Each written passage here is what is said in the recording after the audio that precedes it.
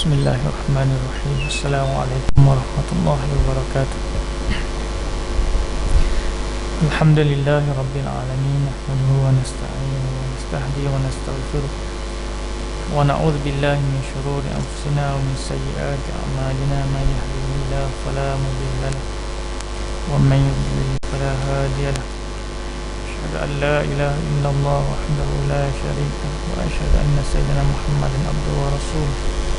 Qala rabbi shrah li sadri wa yassir li amri wahlul 'uqdatam min lisani yafqahu qawli. Subhanaka la 'ilma lana illa ma 'allamtana innaka antal alimul hakim. Wala hawla wala quwwata illa billahil 'aliyyil 'azim. Alhamdulillah, pertamanya dan selamanya marilah kita manjatkan syukuran kepada Allah Subhanahu wa taala. Dan insya-Allah pada malam ini kita akan membincangkan beberapa lagi isu yang berkaitan dengan masalah-masalah fiqh. Jadi bila mana membincangkan masalah ataupun isu-isu yang berkaitan fiqh ni, satu benda yang cukup susah. Kenapa? Kerana fiqh ini adalah satu benda yang cukup luas. Dia punya cabang perbincangan dia. Tidak sama kita cerita benda-benda yang umum.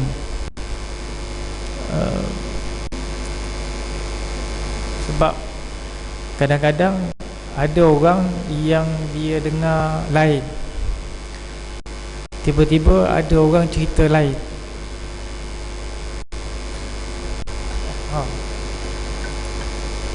Jadi dalam sudut ataupun dalam keadaan ini, kita perlulah berlapang dada ataupun kita perlulah melihat dari segi sumbernya dan sebagainya. Janganlah kita cepat menjatuhkan sesuatu hukum pada sesuatu benda itu dengan cara kita. Dan ada satu orang, dia tanya satu keadaan, contohnya satu hukum, dan dia pun compare, bezakan ataupun buat perbandingan di antara pandangan-pandangan yang lain yang dia dengar. Kerana apa? Kerana orang yang bertanya ini, dia banyak kategori. Sebagaimana yang saya pernah sebut, kategori orang yang bertanya ni banyak. Dan di antara salah satunya adalah dia bertanya sebab dia bukan dia nak tahu, tetapi dia nak membeza-bezakan ataupun mengambil satu cara apa pandangan dia. Dan dalam keadaan itu dia meletakkan hukum kepada seorang. Kerana dari, contohnya saya dari sudut ilmiahnya, kita dari sudut akademik, kita boleh mengambil apa-apa pandangan yang benar, walaupun barangkali seseorang itu telah banyak isu dia, banyak hal ya, tetapi dari segi akademiknya kita boleh ambil kan? Tapi ada setengah orang, bila kita sebut nama orang tu je, jadi orang ni dia baru mula, dalam istilah hari ni kita kata apa, kita dicop kan, orang tu begini dan begini. Jadi keadaan ini adalah tidak benar, kerana terutamanya sekali dalam hal yang berkaitan dengan fiqh, dengan bidang-bidang yang berkait dengan fiqh. Kerana fiqh ni cukup luas dan setiap pandangan dan setiap hujah yang diberikan oleh para ulama itu mempunyai asas mereka masing-masing. Dan dalam pada itu kita perlulah berlaku adil untuk kita tidak siapalah kita untuk kita menjatuhkan, untuk kita mengatakan seseorang itu, ulama itu begini dan begitu. Jadi begitu kerdil kita nak menghukum ataupun kita nak mengatakan seorang ulama begitu, walaupun pada hakikatnya barangkali ada sesuatu yang mungkin agak lari, agak berlainan sikit daripada pandangan-pandangan yang ramai. Sebagai contohnya, saya ada seorang ulama di Indonesia, seorang tafsir Al-Quran, dia memang tafsir Al-Quran. Jadi ditanya oleh seorang anak murid tentang beliau, dan ulama ni banyak mentafsirkan Al-Quran ataupun mentafsirkan ayat-ayat Al-Quran dan surah-surah yang tertentu. Tetapi telah ditanya oleh seorang anak murid kepada pensyarah dia. Dia kata, boleh tak kita menerima dia punya pentafsiran ini, sedangkan kehidupan dia ini agak tidak melambangkan dia sebagai seorang ahli tafsir ataupun orang tafsir Al-Quran. Jadi pensyarah tu tanya, apa maksud kamu? Saya mendapati, dia kata, ulama ni kehidupan dia, anak dia pun tidak melaksanakan kehidupan sebagaimana kehidupan sebagai seorang yang muslimah. Maksud dia kata, contohnya dari segi menutup aurat pun tidak sempurna ahli keluarga dia dan anak-anak dia, keturunan dia. Jadi apa pensyarah terjawab? Dia kata, adalah tidak adil kita menghukum seseorang itu dengan benda-benda itu, kan? Yang paling penting adalah kita melihat kepada nas ataupun tafsir-tafsir yang dibuat, adakah dia selari dengan apa yang dah dikenaki oleh agama. Itu yang paling penting. Masalah kehidupan dia tidak adil lah. Dia kata, ini pandangan dia, saya cerita ulah balik, bukan pandangan saya. Tidak adil, dia kata, kita nak hukum dia, kita nak menolak pentafsiran dia disebabkan kehidupan anak-anak dia dan sebagainya yang agak tidak selari dengan kehendak Islam. Kita nak katakan buku-buku dia ataupun hasil-hasil tulisan dia itu kita nak tolak. Itu pandangan dia. Dan siapakah kita untuk kita, dia kata, untuk kita menghukum keadaan demikian. Memanglah dari sudut kemanusiaannya, kita kata seseorang itu bila mana lagi banyak ilmunya, maka sudah pastilah sepatutnya dia lagi baik daripada orang lain ataupun seumpamanya. Tetapi dalam keadaan tertentu ada berlaku benda-benda yang macam ni, kan? Banyak berlaku keadaan-keadaan begini. Jadi itu saya quote dia punya pandangan lah. Maknanya tak boleh. Maknanya dari segi pandangan dia kata tidak adil lah, bukan tak boleh. Maknanya tidak adil untuk kita perkeadaan begitu. Jadi berbalik kepada persoalan kita berkenaan dengan fiqh ini. Fiqh ini cukup luas. Jadi bila pandangan itu diberikan ataupun hujah-hujah itu diberikan, maka kita terimalah dengan keadaan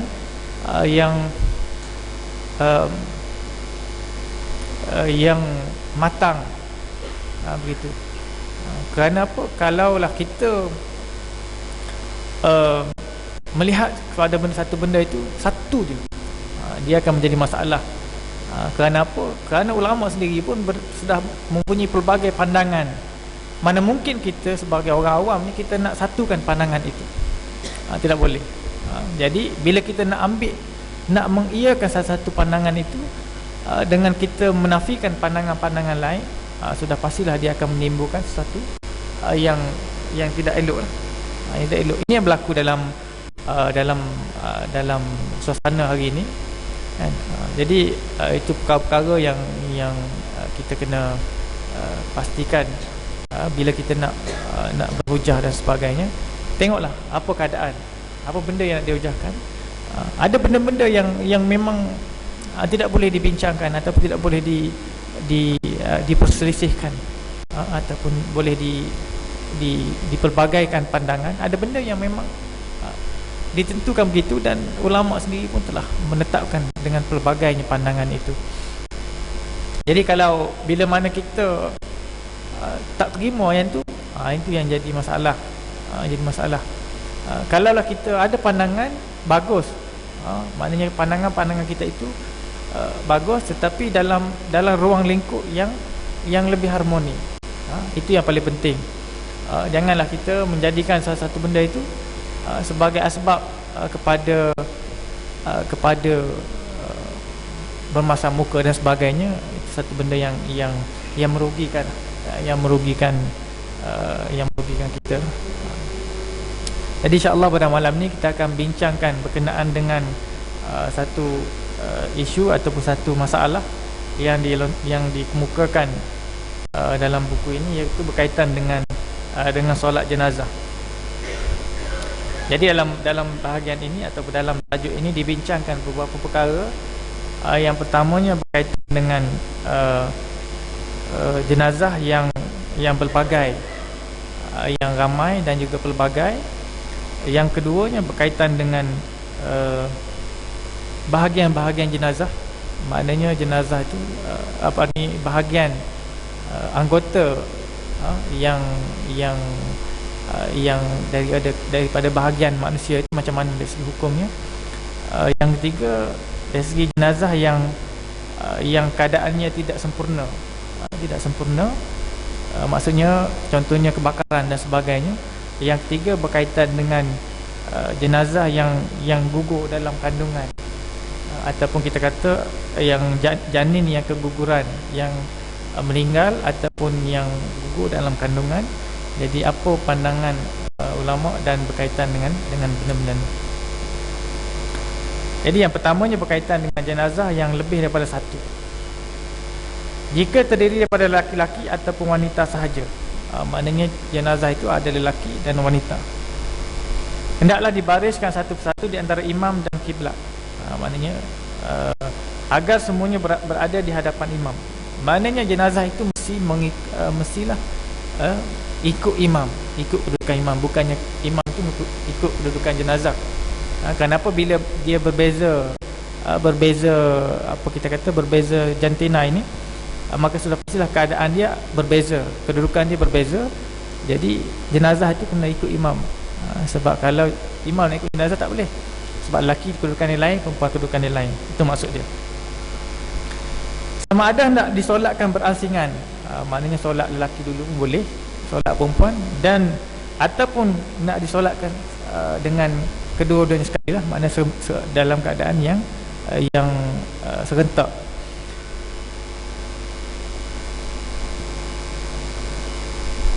Seandainya mayat-mayat itu terdiri daripada lelaki dan perempuan, boleh disolatkan lelaki dahulu. Ini maknanya boleh, maknanya lelaki dahulu, kemudian diteruskan dengan solat jenazah untuk wanita atau perempuan. Dan boleh pula disemuakan solatnya sekaligus. Bagaimana kedudukannya? Mayat lelaki ataupun jenazah lelaki diletakkan di hadapan imam. Seterusnya mayat wanita diletakkan selepas daripada mayat lelaki. Maknanya jenazah lelaki, kemudian jenazah perempuan. Ini yang maknanya yang pelbagai lah, dari pelbagai yang dari sudut jantinanya dan apa benda lebih daripada satu lah. Kesemua jenazah-jenazah ini dihadapkan, maknanya dihadapkan kiblat, maknanya depan imam lah. Ini yang dibuat. Barangkali kalau orang yang mengikuti kursus jenazah tu memang lebih lagi jelas lah, lebih lagi jelas berkaitan ini, memang diterangkan dengan praktikalnya. Saya pernah sekali lah ikut kursus jenazah ni, dan memang jelas lah diterangkan bagaimana dia daripada, bukan kata daripada meninggal, sebelum meninggal lagi. Salah seorang ustaz tu daripada Kelantan, dia cerita dari segi tanda-tanda orang nak meninggal dan sebagainya lah, bagaimana kita nak tahu. Bagus, menarik lah. Maknanya itu berdasarkan kepada dia punya pengalaman dia lah, dan dia kata dia pernah menguruskan jenazah ni, bukan kata jenazah yang biasa, jenazah yang mati gantung diri, pernah. Dia kata pelbagai keadaan lah, pelbagai keadaan. Barangkali Jadi masjid yang terlibat dengan benda ni mungkin tahulah, tahu dah diberi pendedahan dan sebagainya. Daripada hadis ini, ada satu hadis Nabi SAW menerangkan bagaimana keadaan ataupun kedudukan jenazah ini yang telah disebutkan tadi. Daripada Ibnu Umar radhiyallahu anhu, pernah satu ketika Rasulullah sallallahu alaihi wasallam menyolatkan 9 jenazah sekaligus. Maknanya Nabi pernah solat ramai lah, lebih daripada satu jenazah. Terdiri pada jenazah lelaki dan wanita. 9 jenazah diletakkan dekat dengan imam, manakala jenazah wanita diletakkan ke arah kiblat satu persatu. Di antara jenazah itu terdapat jenazah Ummul Kasum bin Ali, isteri Umar. Juga seorang anak lelaki bernama Zaid yang bertindak sebagai imam pada masa itu dah Sa'ad bin Al-As. Dan di antara makmumnya ialah Ibnu Abbas, Abu Hurairah, Abu Sa'id dan Abu Qatadah. Pada mulanya anak tadi diletakkan dekat dengan imam. Jadi para sahabat letak anak lelaki tadi letak dekat imam. Kemudian imam selaku imam pada masa itu Sa'id Ibn Al-As, dia mengatakan, menyuruh supaya yang di depan itu jenazah lelaki-lelaki, maknanya jenazah dewasa lelaki. Ketika saya nak membantah dan melihat kepada Ibn Abbas, Abu Hurairah, Abu Sa'id dan Abu Qatadah sampai menanyakan, bagaimanakah sekiranya begini, maknanya dalam keadaan tadi, kedudukan tadi. Maka jawab imam pada masa itu, iaitu Sa'id Ibn Al-As, dia kata inilah yang diajar oleh Nabi, itu menurut sunnah. Maknanya letak lelaki dewasa, kemudian kanak-kanak, kanak-kanak lelaki, kemudian jenazah perempuan. Dia sama kedudukan dia macam kedudukan semayang, solat lah. Cuma kalau semayang ni duduk belakang imam, disembahyangkan duduk depan imam, sama. Di belakang imam kita sembahyang, bila disembahyangkan di depan imam. Tapi kedudukan dia ataupun urutan dia adalah sama macam dalam sembahyang lah. Lelaki dewasa, kanak-kanak lelaki, perempuan dewasa, kanak-kanak perempuan. Itu kedudukannya. Dan perkara ini telah berlaku, dan dia kata inilah yang diajar oleh Nabi sallallahu alaihi wasallam. Itulah yang menurut sunnah, maknanya Nabi buat lah. Hadis ini diriwayat oleh An-Nasa'i wal Baihaqi dan dikatakan oleh Al-Hafiz Ibn Hajar, hadis ini sahih. Dalam hadis ini menunjukkan jika jenazah anak lelaki disolatkan bersama jenazah wanita, yang diletakkan dekat imam ialah jenazah anak lelaki. Maknanya kalau ada anak lelaki dan ada ibu dia, maka yang diletakkan di berhampiran selepas pada imam itu, maka jenazah lelaki. Dan kemudian barulah diikuti dengan jenazah wanita. Ini yang kedudukan dia dari segi kaedah dia begitulah. Dan disebutkan sini juga, dikata seandainya berkumpul jenazah lelaki, wanita dan anak lelaki, mana ada 3 lah. Yang pertama jenazah lelaki dewasa, wanita dan anak lelaki. Maka hendaklah jenazah anak lelaki, jenazah lelaki diletakkan berdekatan dengan imam, dan seterusnya jenazah anak lelaki ataupun budak lelaki tadi, dan kemudian diikuti oleh jenazah wanita. Itu kedudukan dia, kan? Jadi dia biasanya yang berlaku, sebab biasanya kalau di solat jenazah ni, biasanya yang kita selalu buat jenazah tu seorang, kan? Bila seorang itu yang tidak berlaku, yang kita tidak nampak, barangkali tidak nampak keadaan dia, dan kita tidak tahu dia punya susunan dan sebagainya. Tapi kalaulah jenazah itu berbagai-bagai, maka itulah keadaan dia yang perlu diikuti, supaya dia, kalau ikut sini daripada hadis ini, dia kata barulah dia bertepatan dengan apa yang diajar oleh Nabi sallallahu alaihi wasallam. Kat sini dia cerita berkaitan dengan solat ghaib. Ada sikit dia satu kata solat ghaib. Tapi tak apalah, kita ceritakan berkenaan dengan anggota, sebagaimana saya sebut tadi, anggota yang kita kata meninggal, bukan meninggal, yang contohnya orang sakit, orang yang sakit, yang kena potong, terpaksa potong anggota dia, contohnya kaki ke tangan dan sebagainya, bahagian-bahagian anggota dia, maka orang tak meninggal lagi, tuan punya anggota tak meninggal lagi, maknanya sama ada dia sebab penyakit ataupun disebab kemalangan yang teruk, terpaksa dipotong dan sebagainya. Maka ulama mengatakan bahagian-bahagian itu perlulah melalui, tidak perlulah kepada 4. Kalau jenazah ataupun mayat ini perlu mengalami 4. Yang pertama, dimandikan dia, dikafankan dia, disembahyangkan, kemudian dikebumikan. Tapi kalau bahagian saja, contohnya dia aksiden, seorang tu naik motor aksiden, putus kaki, kaki dah hilang, tak jumpa, contoh orang pergi cari tak jumpa. Sebab kalau jumpa, kalau ikut perubatan dalam masa yang tertentu, dia boleh sambung semula, kan? Wallahualam, tu kena tanya orang bidang dia lah. Tapi ikut ceritanya begitulah. Mana kalau jumpa, boleh bawa hospital dan dia boleh sambungkan. Tapi contohnya tak jumpa, jatuh dalam tasik, putus jatuh dalam tasik, tak jumpa kaki sebelah, yang jumpanya orang hidup lagi, orang pergi hospital. Tapi 2-3 hari lepas tu jumpa kaki dia, memang pergi hospital, boleh tak boleh nak sambung dah, sebab dalam tempoh yang lebih 24 jam dan sebagainya. Jadi keadaan kaki dia itu tak boleh dah, simpan tak boleh, kan? Nak sambung pun tak boleh, sebab dia tak hidup dah, sel-sel dia mati dan sebagainya. Jadi kenalah ditanam ataupun dikebumikan, tanpa perlu dimandikan ataupun disolatkan. Tak perlu solat, tak perlu sembahyang jenazah lah. Maknanya bagi masjid kan.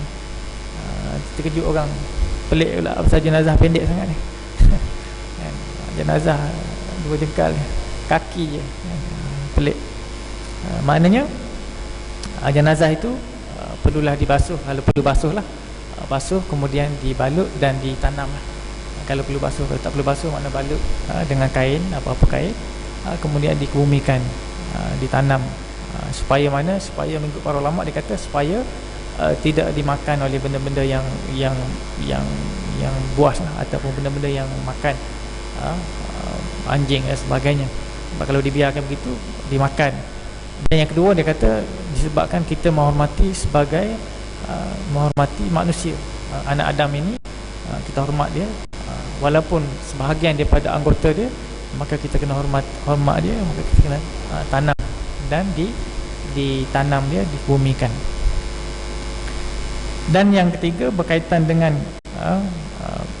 solat jenazah bagi yang tidak yang ataupun keadaan jenazah yang tidak normal lah, yang tidak normal, sebagai contohnya yang penyakit lah, yang penyakit. Sebab saya masa dalam kursus itu diceritakan tentang jenazah pesakit yang AIDS. Wallahualam, dia tak bawa lah sampel, tapi dia cerita, ustaz tu cerita, dia kata orang yang sakit AIDS ni, dia kata memang jenazah dia begitu sadis, nak apa nama, mandikan pun memanglah memerlukan kepakaran, dia kata, kepakaran. Dan kadang-kadang ada kes yang dia tak boleh nak mandikan, tak boleh nak mandikan. Tapi dia kata yang dia cerita tu boleh dimandikan, tetapi dia kata memang cukup berhati-hati. Dia kata jirus tu, kalau jirus terlebih laju sikit, dia kata kulit dia akan terkeluar dan menampakkan isi dan sebagainya. Kita tak nampak, barangkali kita tak berlaku dan kita tidak pernah, ataupun ada jemaah yang mengalaminya, tapi bila kita dengar tu, kita tahulah bahawa keadaan itu begitu keadaan dia. Maknanya bila kena air je, dia jadi reput, makin reput dia punya isi dia, Jadi dalam keadaan ini, kalau mengikut dalam fiqh, dia kata keadaan-keadaan yang tidak dibolehkan untuk mandi, katakan tak boleh mandi lah. Kalau jenazah itu tidak boleh mandi, maka dia perlu ditayamumkan. Tayamumkan anggota, kata tayamum lah. Begitu.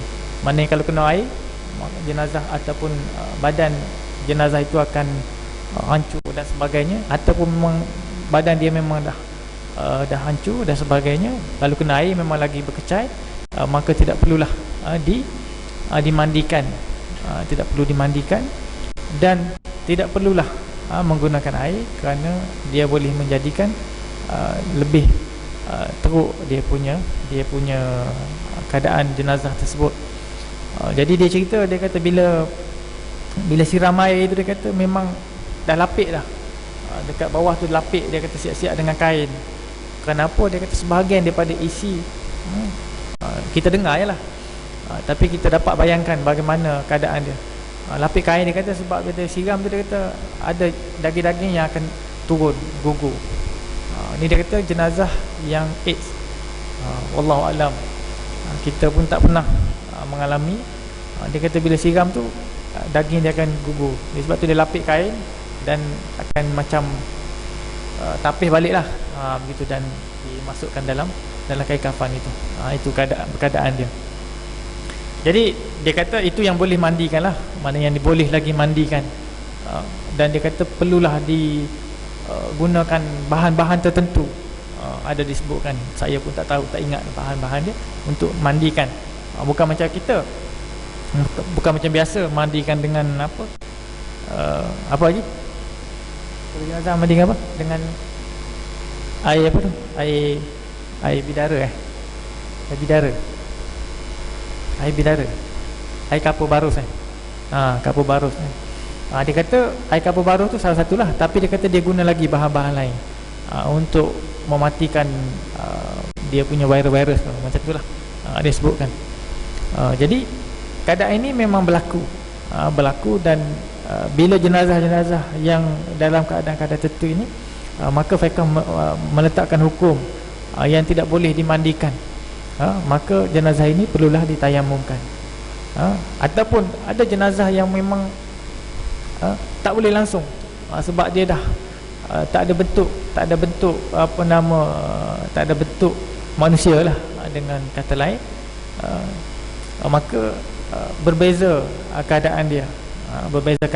Bila melihat pada itu, maka hukumnya akan mengikut keadaan jenazah tersebut lah.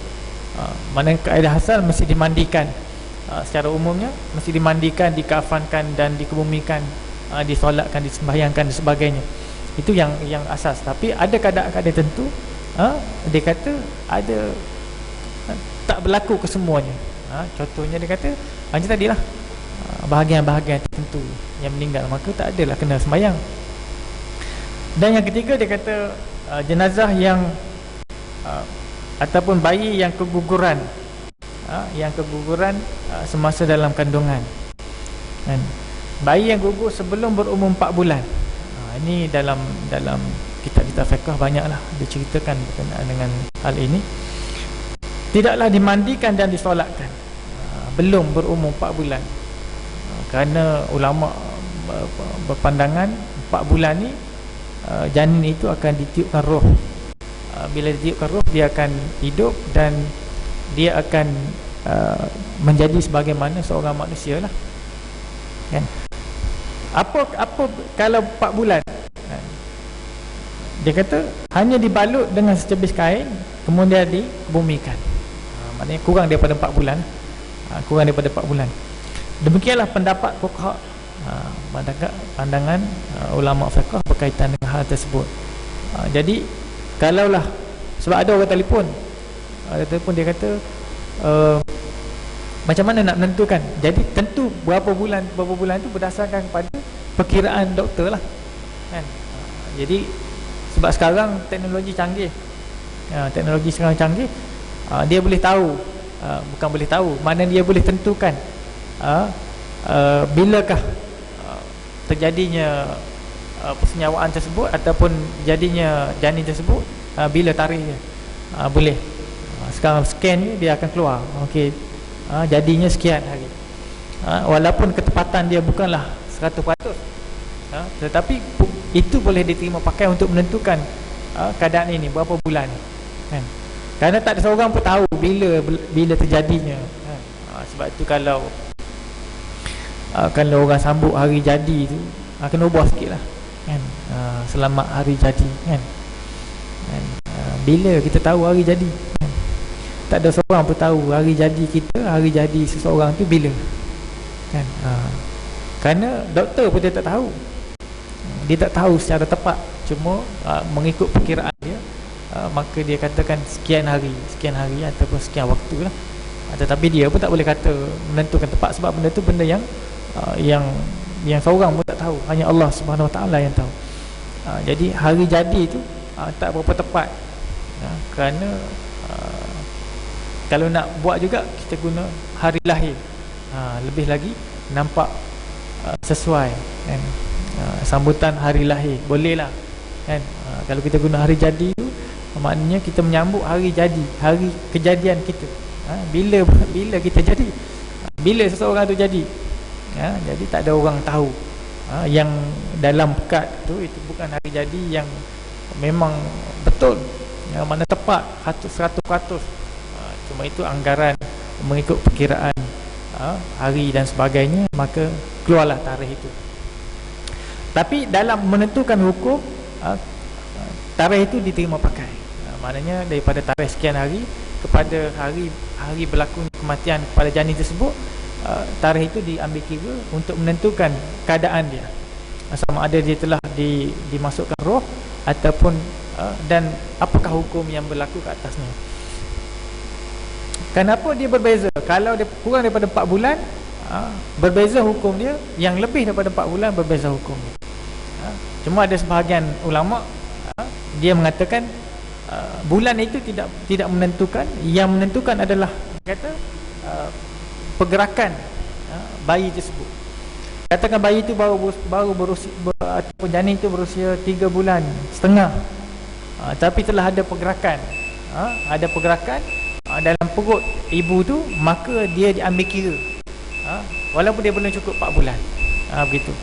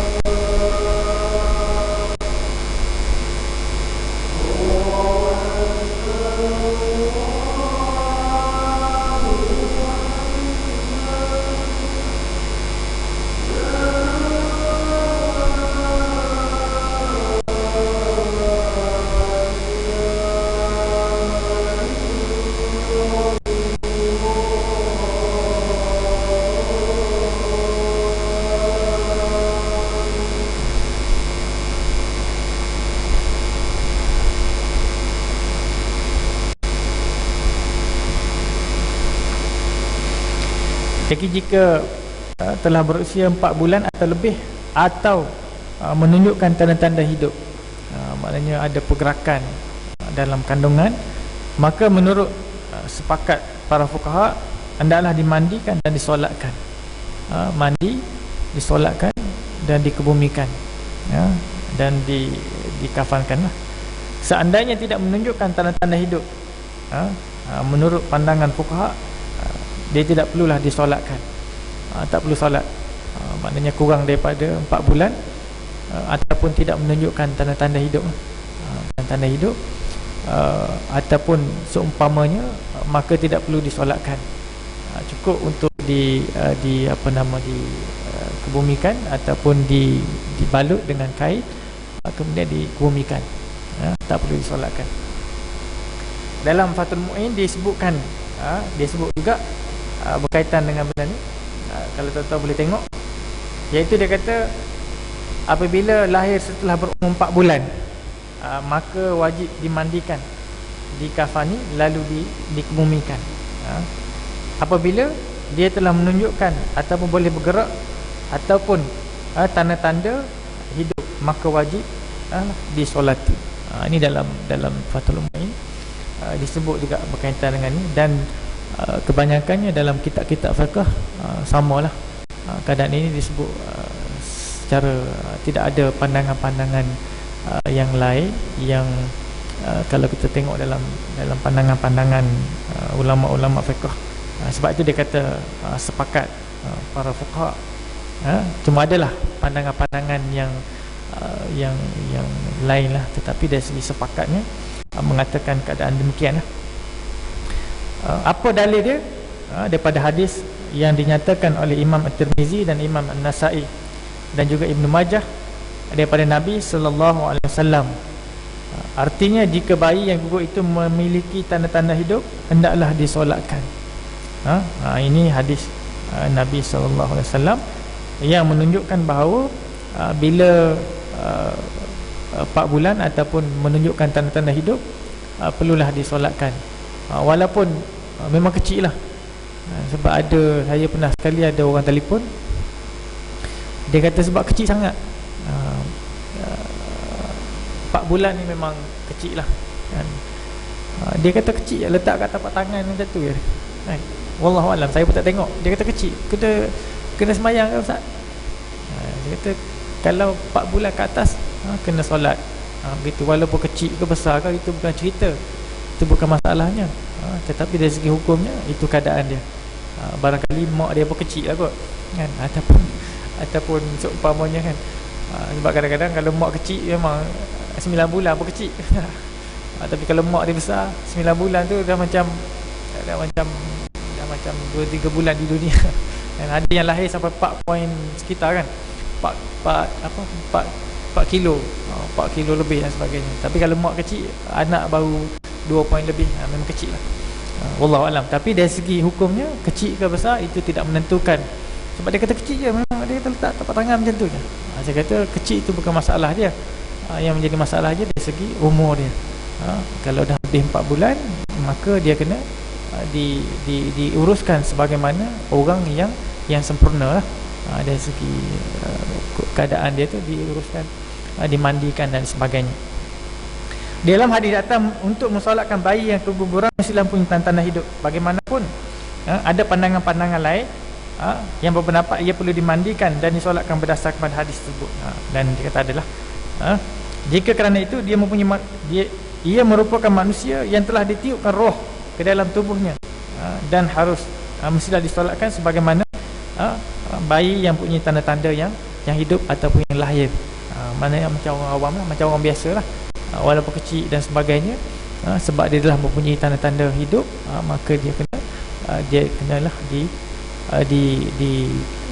diuruskan sebagaimana biasalah, mengikut kaedah-kaedah yang telah ditetapkan. Kat sini dia sebutkan berkaitan jenazah yang tidak boleh dikenali keadaan dia, maknanya Islam kata begitu maknanya kan. Contohnya yang memang terbakar, hangus rentung, tak tahu. Tapi dalam dunia hari ini sebenarnya boleh, dalam teknologi yang ada hari ini boleh dikenali, walaupun hangus macam mana pun, teknologi hari ini boleh kenal siapa dia, walaupun dia tinggal, sebab kalau DNA ni gigi pun dia boleh kan, sebahagian daripada tulang dan sebagainya dia boleh cek DNA dan sebagainya. Tetapi dari segi kaedahnya, maknanya perlu tak mengalami, kalau dah hancur jadi debu, tak perlulah, dia tak mengalami proses yang keempat-empat tadi lah. Macam mana nak dimandikan kalau dah jadi abu kan. Tetapi dia perlulah dikumpulkan mengikut kaedah-kaedah yang tertentu lah. Dari segi macam mana nak tentukan itu, adalah kaedah-kaedah dari segi teknologinya, dan tentukan bagaimana, ada tak Islam kat situ, adakah orang Melayu Islam ataupun yang seumpamanya, dan dia perlulah disembahyangkan dan dikebumikan macam biasa lah. Cuma dia tidak perlulah dimandikan. Tapi kalau ada bahagian-bahagian yang boleh ditayamumkan, maka dia kena tayamumkan. Kalau ada, kalau tak ada langsung, maknanya tak perlulah. Tak perlu. Just dikebumikan dan disolatkan, dikebumikan. Begitu. Jadi itulah yang dapat dikongsikan dengan tuan-tuan. Mudah-mudahan ada sedikit manfaat dan sedikit maklumat dan peringatan. Mungkin tuan-tuan pun dah tahu dan mungkin lebih tahu daripada saya, tapi sebagai perbincangan dan sebagai peringatan ataupun tazkirah untuk kita semualah. Jadi sekadar itu yang dapat dikongsikan, apa yang baik daripada Allah Subhanahu Wa Taala. Aqul qawli hadza, astaghfirullahal azim li wa lakum. Assalamualaikum warahmatullahi wabarakatuh.